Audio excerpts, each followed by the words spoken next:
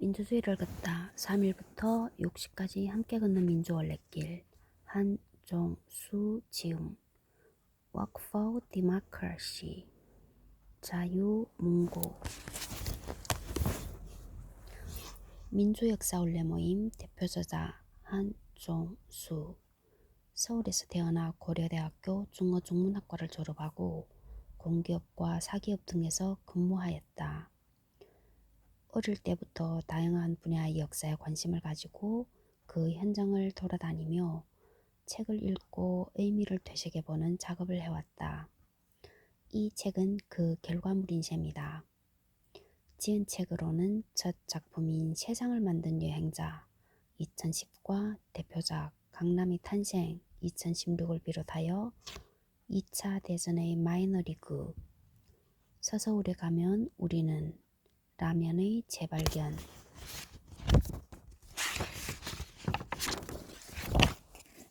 세상을 만든 여행자 2010, 대표작 강남의 탄생 2016을 비롯하여 2차 대전의 마이너리그 2018, 아니다 2015, 서서울에 가면 우리는 2018, 라면의 재발견 2021, 미 해병대 이야기 2021 등이 옮긴 책으로는 영락제 화해 질서의 완성 2017, 환관 이야기 2015, 제국은 어떻게 망가지는가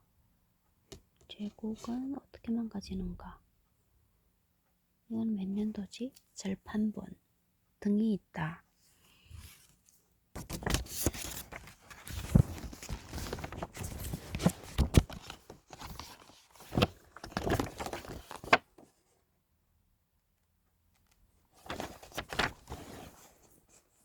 민주역사 올레모임 대표 저자 한종수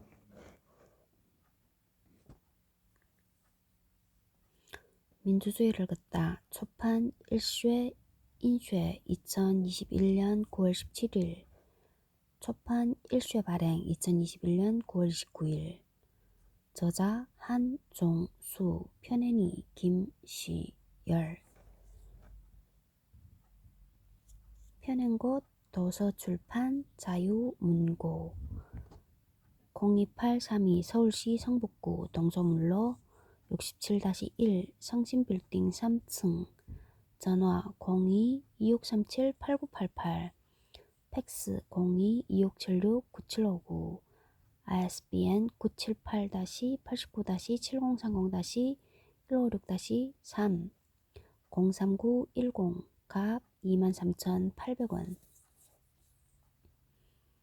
함흥 48년 이전에 능참봉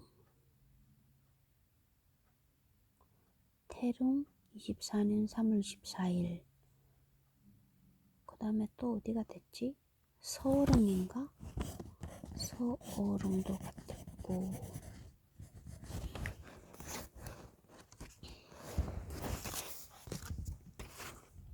421페이지 2-26生活就该如此，喜欢就争取，得的就珍惜。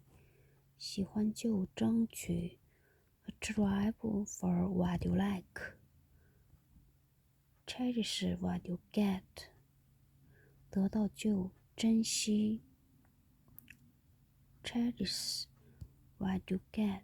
喜欢就争取 ，strive for what you like。아크로폴리스 광장, 서울대학교를 상징하는 대표적인 조형물이 정문이라면 서울대학교 민주화운동을 상징하는 대표적 공간으로는 아크로폴리스, 이하 아크로를 들 수 있다. 아크로는 1970년대와 1980년대 서울대학교 학생들의 학생자치실현 공간이자 민주화운동을 벌인 핵심 장소로서 학생들이 가장 애정을 갖는 상징적 공간이다. 아크로는 서울대학교 중심부에 위치하며 대학본부, 현재 행정관과 중앙도서관, 학생회관, 일동 인문대학 건물 사이에 있는 2000평방미터 넓이의 광장을 일컫는다. 아크로는 경사진 지형으로 중앙에 계단과 평지가 함께 있어 본부 건물 뒤쪽 도로, 즉 아래쪽에 연단을 설치하면 경사진 아크로 광장에 모인 학생들이 모두 한눈에 들어오는 훌륭한 집회 장소였다. 더구나 아크로에서 집회나 토론회, 공연 등을 할 경우 아크로뿐 아니라 도서관 쪽 계단이나 학생회관, 도서관에서도 집회를 보고 들을 수 있고 인문대와 사회대, 법대, 자연대, 공대 등 각 당과 대학 학생들이 빠르게 집결할 수 있는 중심부에 위치하고 있어 학생운동의 중심지 역할을 하였다. 아크로는 관악 캠퍼스가 문을 열자마자 그 역할을 해냈다. 1975년 3월 14일 관악 캠퍼스 이전 후 첫 개강일부터 자연계열 학생 300여 명이 학원민주화를 요구하며 집회를 열었고 24일에는 아크로의 학생 1천여 명이 모여 학원민주화를 위한 자유성토대회를 열고 고문정치, 원흉 색출 처단, 학생에 대한 모든 정치적 징계 백지화 등을 요구했기 때문이다. 1975년 4월 11일 농과대학 시국성토대회에서 김상진 열사가 할복으로 자결하자 박정희 정권은 장례식도 없이 열사의 시신을 화장하고 모든 집회를 전면 금지했다. 그러나 학생들은 5월 22일 아크로에 4천여 명이 모여 김상진 열사의 장례식을 거행하고 교문에서 경찰과 투쟁을 벌이기도 하였다.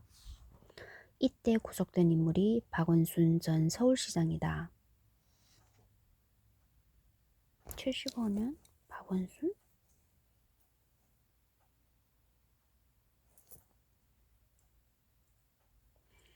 이후 이곳에서 김세진, 이재호, 박종철 열사의 장례식이 열렸고 박 열사의 죽음을 애도한 이해수 교수의 바람맞이 한판 춤의 무대가 되기도 했다. 하지만 가장 충격적인 사건은 1986년 5월 20일에 일어났다. 5월째 행사가 한창인 오후 3시 30분경 문익환 목사의 연설 중 학생회관 4층 옥상 난간에서 구호 소리가 들리기 시작했다. 파쇼의 선봉 전두환을 처단하자. 폭력경찰 물러가라. 미제국주의 물러가라. 오영교수 물러가라 등을 외치며 원예학과 이동수가 불덩어리가 되어 떨어진 것이다. 아크로폴리스에 모여있던 학생들은 예기치 못했던 상황에 극도의 놀람과 흥분에 휩싸였다. 7m 아래로 떨어져서도 한동안 불길이 오르다가 더 이상 움직이지 않았다. 그 위에 쏟아지는 최루탄의 매운 연기, 폭발음, 비명소리가 들리면서 아크로폴리스를 향한 곳곳의 통로에서 색색의 헬멧을 쓴 사복 기관원들과 중무장한 전경들이 들이닥쳤다. 극도의 슬픔에 빠진 학생들은 다시 열을 지어 전경들과 싸웠고 그들은 최루탄이 매서워서가 아니라 현실이 가슴 아파 진한 눈물을 흘렸다. 열사는 한강 성심병원으로 옮겨지던 중 오후 4시쯤 운명했다. 422페이지 학생회관 2층 라운지와 대자보. 학생회관은 대학본부, 중앙도서관 건물과 함께 서울대학교의 심장부를 이루는 가장 대표적인 공간이다. 서울대학교 캠퍼스 내의 다른 건물들과 달리 학생회관은 건물 내 상당 부분이 총학생회와 각종 동아리 사무실이어서 학생자치의 대표적인 공간이라고 할 수 있다. 학생회관 1층에는 학생 식당과 음악감상실, 매점, 문구점 등 판매시설이 위치하고 2층에는 라운지와 동아리 사무실, 3층에는 총학생회와 산하기구, 보건진료소 등이 자리하고 있었다. 학생회관은 학생들이 가장 즐겨 찾는 약속 장소이자 휴식 공간이었고 학생운동의 베이스 캠프 역할을 했다.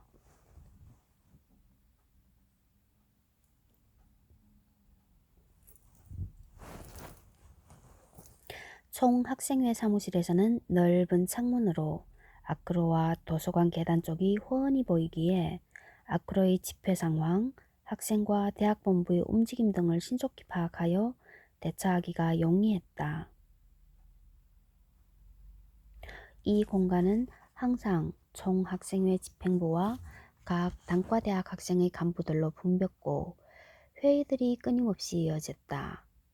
학생회 사무실 안과 바깥 복도에는 집회 관련 용품들이 넘쳐났고 각종 플래카드들도 많았다. 당시 예산이 풍족하지 못한 상황에서 집회에 필요한 플래카드는 총 학생회 간부들이 시장에 가서 광목천을 사오고 레커 스프레이를 이용해 직접 만들었다. 광목천을 넓게 펼쳐놓고 글을 쓰려니 넓고 긴 공간이 필요했고 그런 점에서 총학생회 앞 복도는 좋은 작업 공간이었다. 총학생회 사무실과 그 앞 복도는 항상 레커 스프레이의 강한 휘발유 냄새가 코를 찌르곤 했다.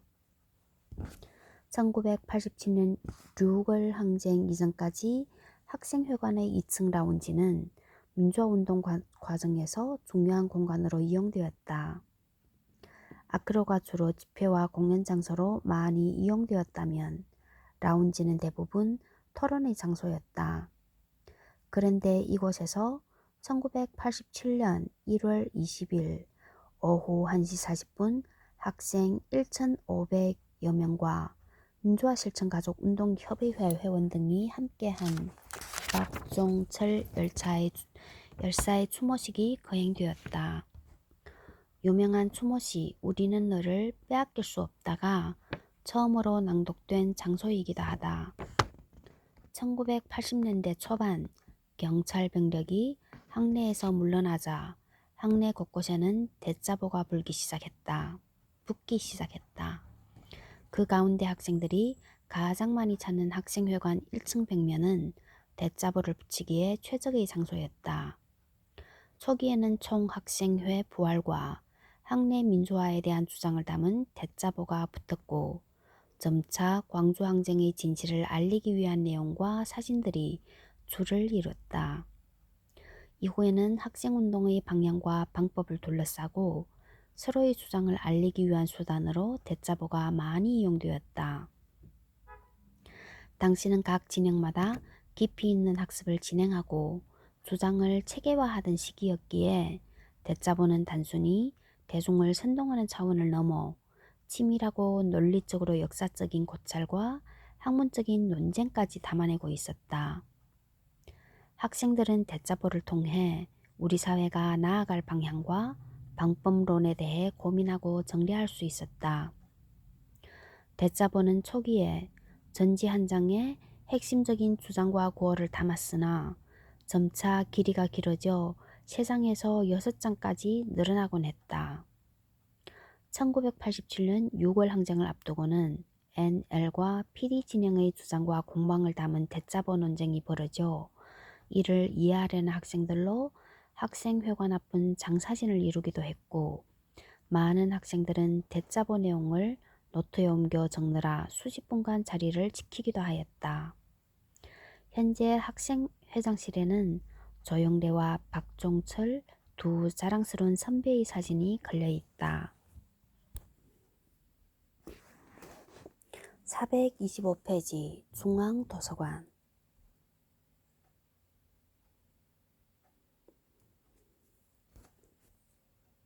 1980년대 초반에는 학내 집회를 열고자 하여도 사법경찰 및 기관원들이 학교에 상주하며 감시하고 강경 진압에 나섰기 때문에 모이는 것 자체가 쉽지 않았다.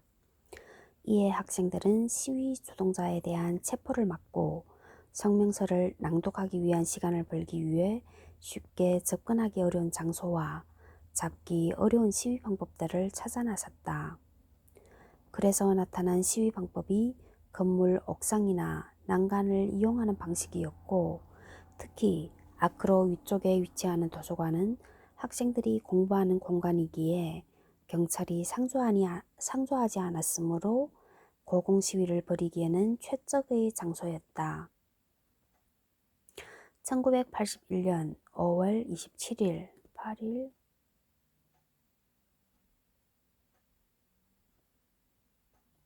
50몇 년 전?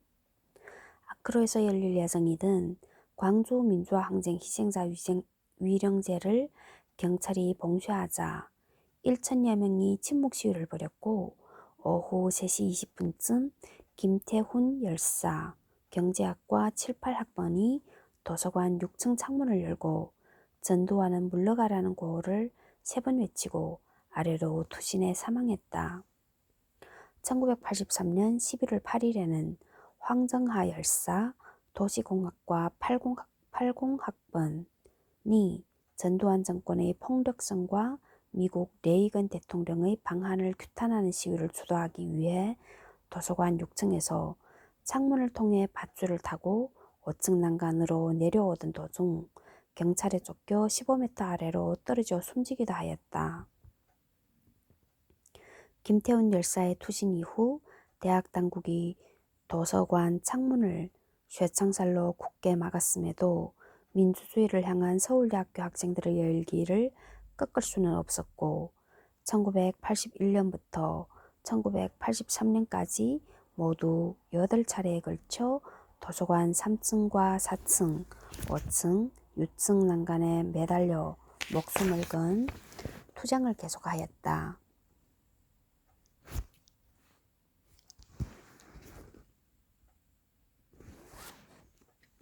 1983년 학원 자율화 조치 이후 학내에서 사법경찰이 철수하면서 더 이상 이런 투쟁 방식은 필요 없게 되었다.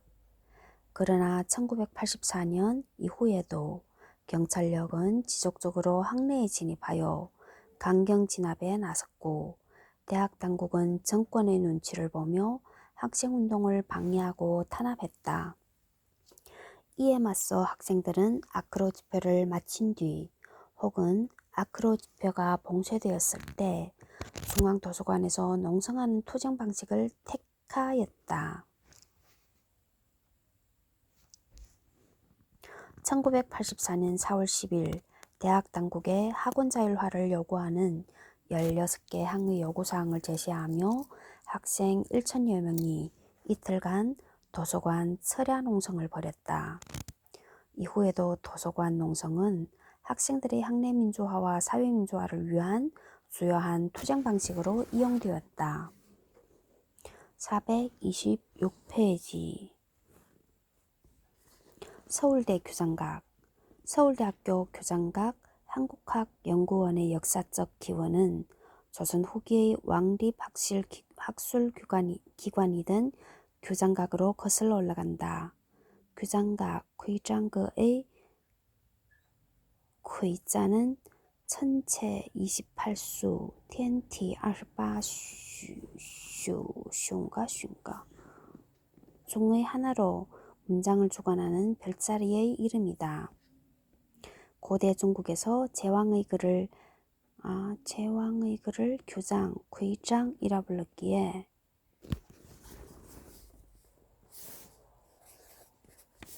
조선 왕조는 왕의 초상화, 친필, 저술, 인장 등을 보관하는 건물을 교장각이라 이름지었다. 제왕의 글을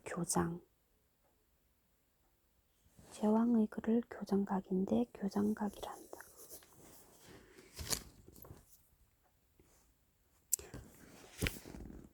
(1776년) 정조, 정조 22대 군주로 즉위한 직후 교장각은 정식 국가기관으로 발족했다. 국가의 정식 국가기관. 이후 교장각은 보관 기능뿐만 아니라 당시 당리당략에 몰두하는 조정 신하들이 풍조를 일신하고 국정을 바로잡아 나가기 위한 목적에서 유능한 선비를 발탁, 임명하여 경사를 논하고 징시, 정사의 자문에 응하는 기능을 담당하였다. 정시.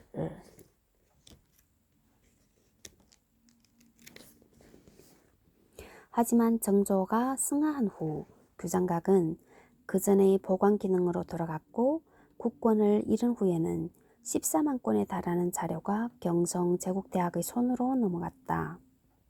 1945년 8월 광복 후 1년이 지난 1946년 10월에 서울대학교가 개교하였다.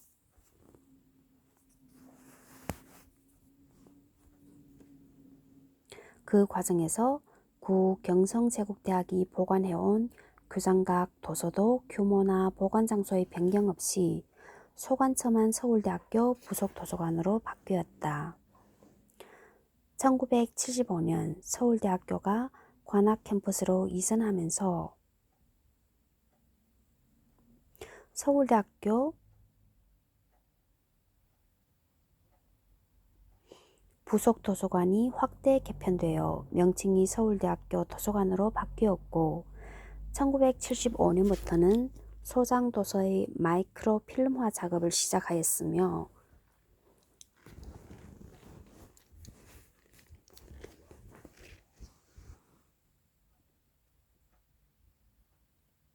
교장각 도서 한국본 종합목록 规章阁图书韩国版综合目录와 학술지 교장각规章阁를 발간하기 시작하였다. 1989년에 교장각 전용 건물이 준공되어 1990년 6월에 새 건물로 이사하고 9월에 개관식을 거행함으로써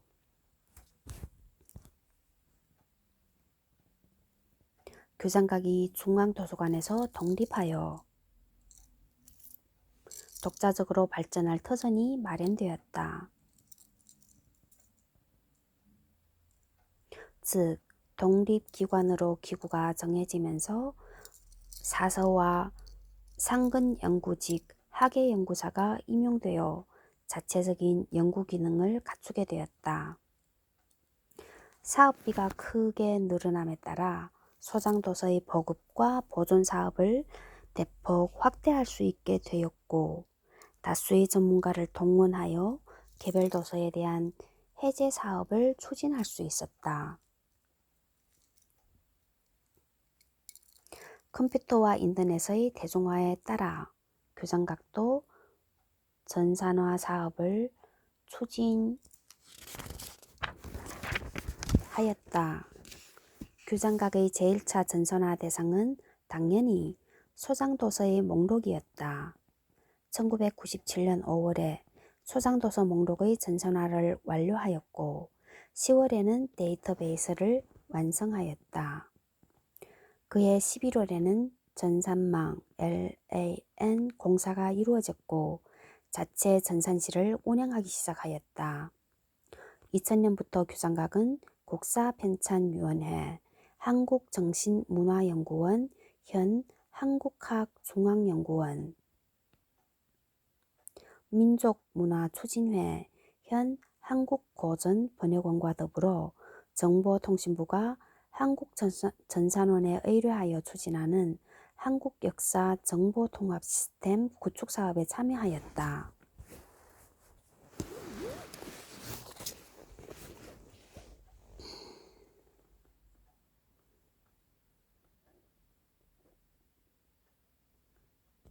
이 사업은 관련 기관이 소장하고 있는 전적을 영상, 이미지 형태로 전산화하고 디지털화하고 데이터베이스를 구축하여 전산망에 공유함으로써 연구자들이 인터넷으로 고전적, 고우디엔지에 접근하고 검색하도록 한 것이다.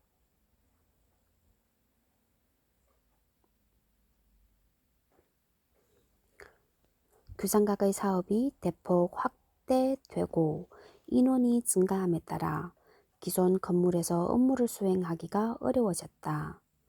2003년 5월에 규장각 건물을 2배 이상으로 확장하는 공사를 착공하여 2004년 12월에 완공하였다. 입구 로비의 옛 한양 지도가 볼만하다.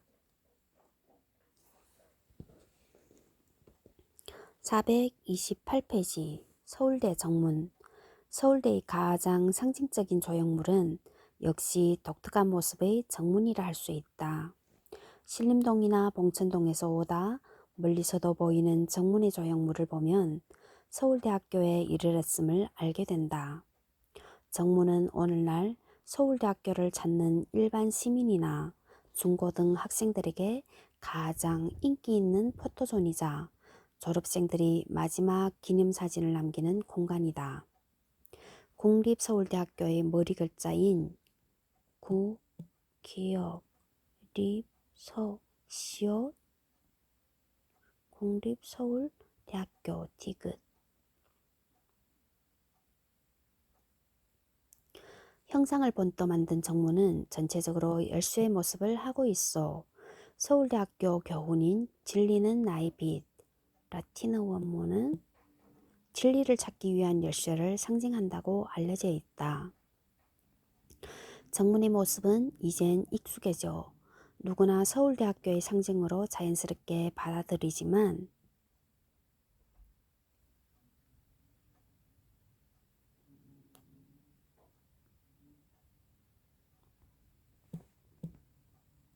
처음 세워질 당시에는 아주 파격적인 디자인이었기에 많은 논란을 빚기도 하였다.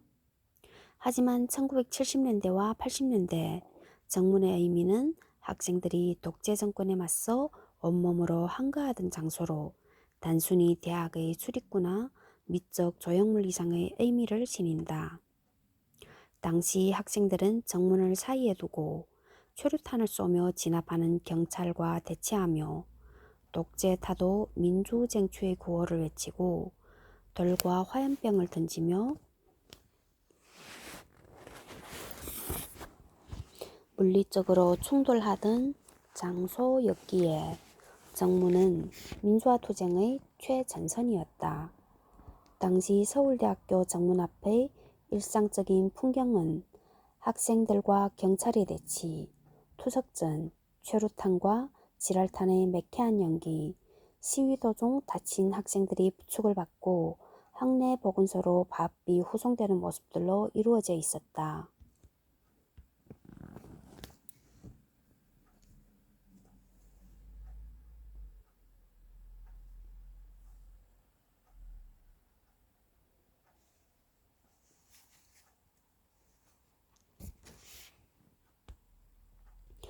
그 중에서도 1985년 5월 17일이 압권이었다.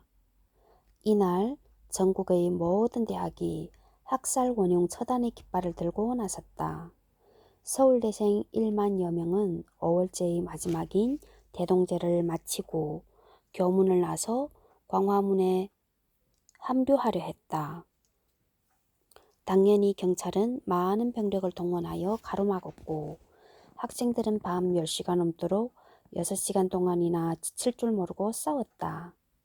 결국 교문 돌파는 성공하지 못했고 광화문 투쟁은 학생회관에서의 밤샘 농성으로 대신했지만 학생들의 투쟁 의지는 정말 대단했다. 그날 교문에서 방패를 들고 돌과 화염병 세례를 받았던 어느 전경은 기억하기도 싫은 지옥 같은 날이었다고 회고할 정도였다. 이날 박종철 열사는 최루가루를 뒤집어 쓰는 바람에 얼굴과 목에 수포가 생겨 농성에 참여할 수 없었다고 한다.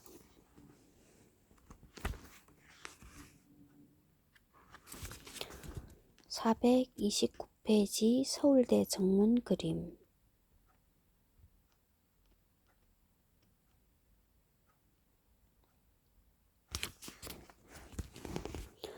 (430페이지) 한국원 동판.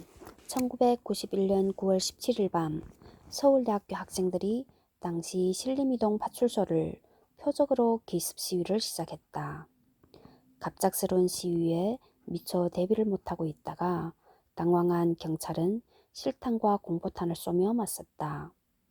당시 총 10발의 총탄이 발사되었는데 당시 파출소장이던 조모 경위의 총에서 실탄 5발과 공포탄 2발이 그리고 변모 경장의 총에서 공포탄 2발과 실탄 1발이 발사되었다. 이 과정에서 길 건너편 현재 서울산업정보학교 앞에 서 있던 27살의 한국원 씨가 경찰이 쏜 총탄에 맞아 병원으로 옮기던 도중 사망하고 말았다. 당시 그는 서울대 공업화학과 박사과정에 재학 중이었으며 갓 결혼한 부인과 함께 아르바이트 자리를 알아보고 귀가하던 중에 잠시 시위 장면을 바라보고 있다가 변을 당한 것이었다.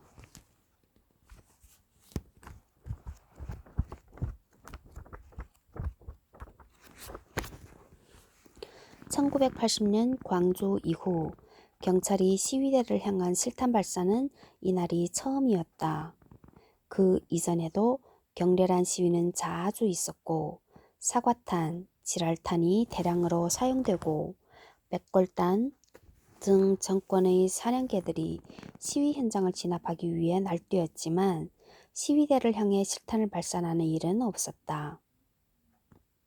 하지만 당시 시국 상황은 이런 일이 벌어질 만한 분위기였다.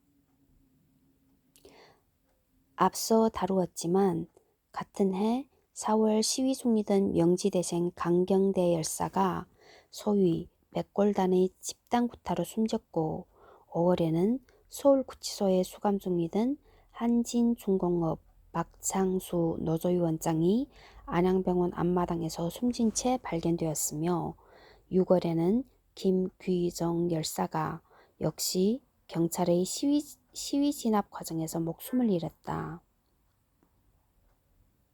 그 와중에 노태우 정권의 폭력에 항거하는 분신이 전국에서 잇따라 일어났다. 불과 열흘 사이에 4명의 젊은 목숨이 정권의 폭력 살인에 항거하기 위해 무엇보다 소중한 목숨을 버렸던 것이다. 급기야 당시 재야 원로들이 아까운 희생을 막기 위해 분신의 자제를 호소할 정도였다. 민주주의를 요구하는 국민들에게 더 가혹한 탄압으로 맞선 정권은 끝까지 가기로 작정을 한 것 같았다. 그래서 대학생들은 절망과 절규를 넘어 공권력을 향한 직접적인 공격을 시작했다.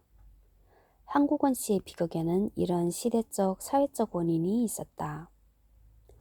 한국원 씨는 지도교수로부터 큰 기대를 받던 재원으로 그렇게 허망하게 죽지 않았다면 과학 발전을 위해 중요한 역할을 할 수 있었던 청년 연구자였다.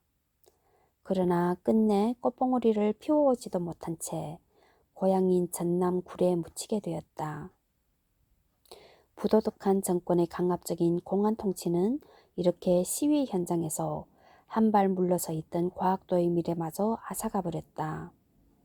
이 사건에 대한 국민의 관심과 분노를 형식적으로나마 달래려고 정권은 당시 실탄을 발사한 2 경찰을 직위 해제하고 검찰이 수사를 시작했지만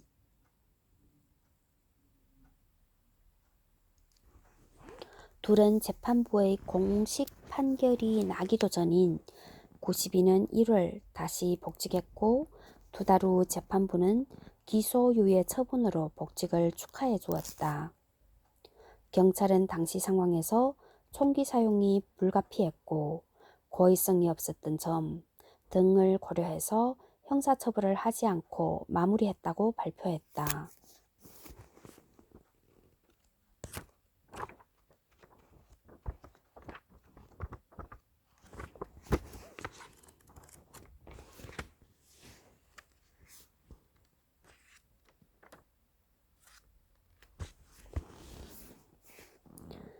432페이지 그날이 오면 예터 1980년대에 일어난 역사의 진보와 사회 변혁을 위한 강한 열망은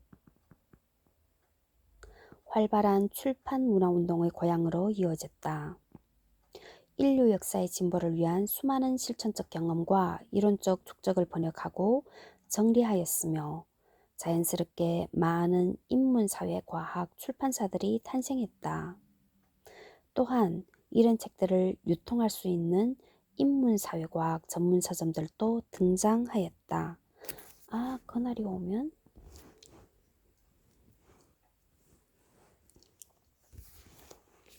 그럼 이 책은 그 서점에 꼭 있어야 하는 거 아니야?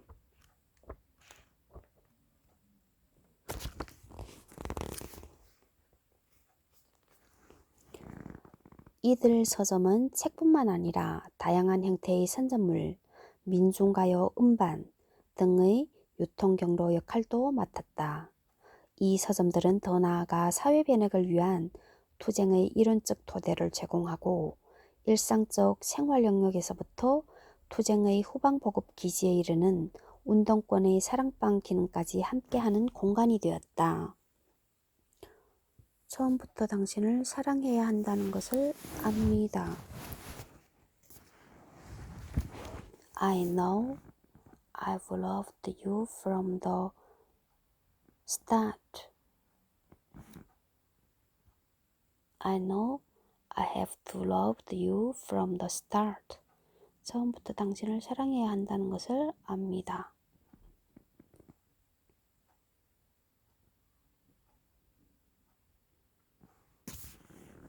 대부분의 대학들 주변에는 이런 서점들이 있었지만 특히 서울대 주변에는 모두 7곳이나 되는 인문사회과학 서점이 있었다.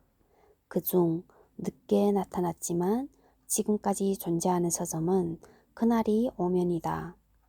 당시 서울대생들의 주된 활동 영역이었던 녹두거리, 현 대학동, 서림동 주변에는 80년대 초반 광장 서점을 시작으로 80년대 중반 전야 서점,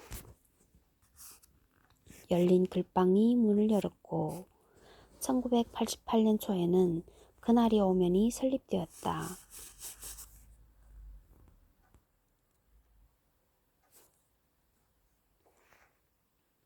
그때 학생들은 다양한 정치적 경향성에 따라 각자의 서점을 주로 이용하는 경향이 있었다. 전야 서점은 주로 NL, 민족해방, 민주주의 성향의 학생들이, 열린 글방은 PD, 민주주의 성향의 학생들이 이용하는 서점이었다. 그날이 오면은 정치적 편향성이 덜했고 녹두거리와 가장 가까운 지리적 조건으로 인한 편리함 때문에 다양한 성향의 학생들이 모두 이용하는 서점이 되었다. 서점주는 다양한 성향의 사람들이 서로 만나 어울리기도 하고 또한 공동의 투쟁과 소통을 통해 단결의 기운을 높이는데 간접적으로라도 기여해야 할 서점이 편향적으로 운영되어서는 안 된다는 생각을 가지고 서점을 운영하려 했다. 전체적인 인문사회과학 서점, 이용자들의 감소 속에서 서울대의 서점가는 그날이 오면으로 중심이 이동하였고 1996년 2월 전야 서점을 인수하고 2배 이상 넓은 공간으로 이사하기에 이른다. 이러던 중 1997년 4월 당시 서울의 대표적 인문사회과학 서점인 그날이 오면과 고려대 앞의 장백, 성균관대 앞의 풀무질에 대한 국가보안법 위반 혐의의 탄압이 자행되었다. 당국은 서점 대표들을 남영동 대공분실로 연행하고 각종 서적과 기관지들을 압수해갔다. 이에 서울대 학생 400여 명은 그날이 오면 앞 도로를 가득 메우고 침탈을 규탄하는 집회를 열었다. 집회 후 150여 명은 남영동 대공분실로 몰려가 구속된 유정희 대표를 석방하라는 시위를 벌였다. 이 사건은 그날이 오면은 어떤 어려움 속에서도 지켜가야 할 가치가 있는 공간임을 재확인하는 계기가 되었다. 하지만 2000년대에 들어서 안팎의 상황은 갈수록 어려워졌다. 대부분의 학생들이 보다 나은 사회로의 변화의 주체로 나서려고 하기보다